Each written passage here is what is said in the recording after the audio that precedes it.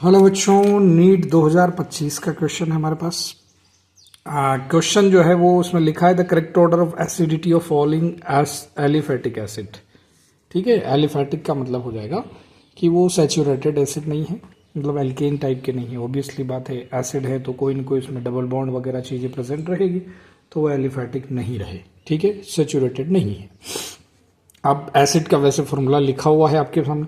पहला एसिड है formic acid, फिर एसिटिक एसिड है, फिर इसको आप इसके बाद 2 मिथाइल ग्रुप लगा दिए गए हैं एक कार्बन पे यहाँ, और इसके बाद आप जो लास्ट में देखेंगे वो एसिड आपका हो जाएगा। ये 2 मिथाइल ग्रुप जो लगेंगे तो इसके लिए एक कार्बन यहाँ भी रहेगा। ठीक है, और यहाँ 3 मिथाइल लगे तो एक कार्बन यहाँ भी रहेगा। इस तरीके का ये कंपाउंड है CH2CH3 थ्राइस। ठीक है, तो आप देख सकते हैं एसिड को एसिडिटी हम कंपेयर कैसे करते हैं बेसिकली।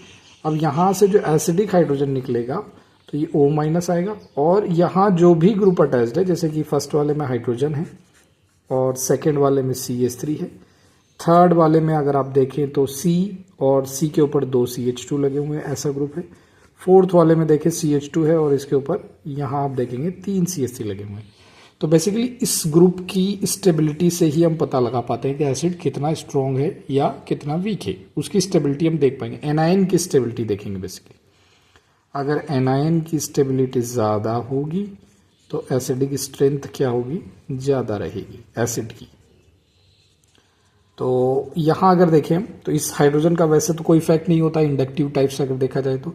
CH3 का +I इफेक्ट लगेगा। यहाँ CH3 2 है और उसके ऊपर Ca भी है, कार्बन है, तो यहाँ ज़्यादा इफेक्टिव रहेगा, ऐसा बोल दो। 2 इंडक्टिव इफेक्ट रहेंगे। फिर यहाँ CH2 है, उसके ऊपर 3 CH3 लगे हैं, तो हम ऐसा बोलते हैं 3 इंडक्टिव इफेक्ट रहेंगे। तो यहाँ इंडक्टिव इफेक्ट मैक्सिमम है, और उसके बाद इसमें है, फिर इसमें है, फिर इसमें है। तो इंडक्टिव इफेक्ट जब लगता है +I इफेक्ट, तो एनायन की स्टेबिलिटी क्या हो जाती है, डिक्रीज हो जाती है। एनायन की स्टेबिलिटी डिक्रीज हो जाती है, और स्टेबिलिटी डिक्रीज हो जाएगी तो एसिडिक स्ट्रेंथ क्या होगी, कम हो जाएगी। तो सबसे कम स्ट्रेंथ इसकी रहेगी, ये मिनिमम रहेगा। फिर उसके बाद इसकी स्ट्रेंथ होगी, फिर उससे ज़्यादा इसकी होगी, और मैक्सिमम इसकी रहेगी। तो ये करेक्ट ऑर्डर हो जाएगा।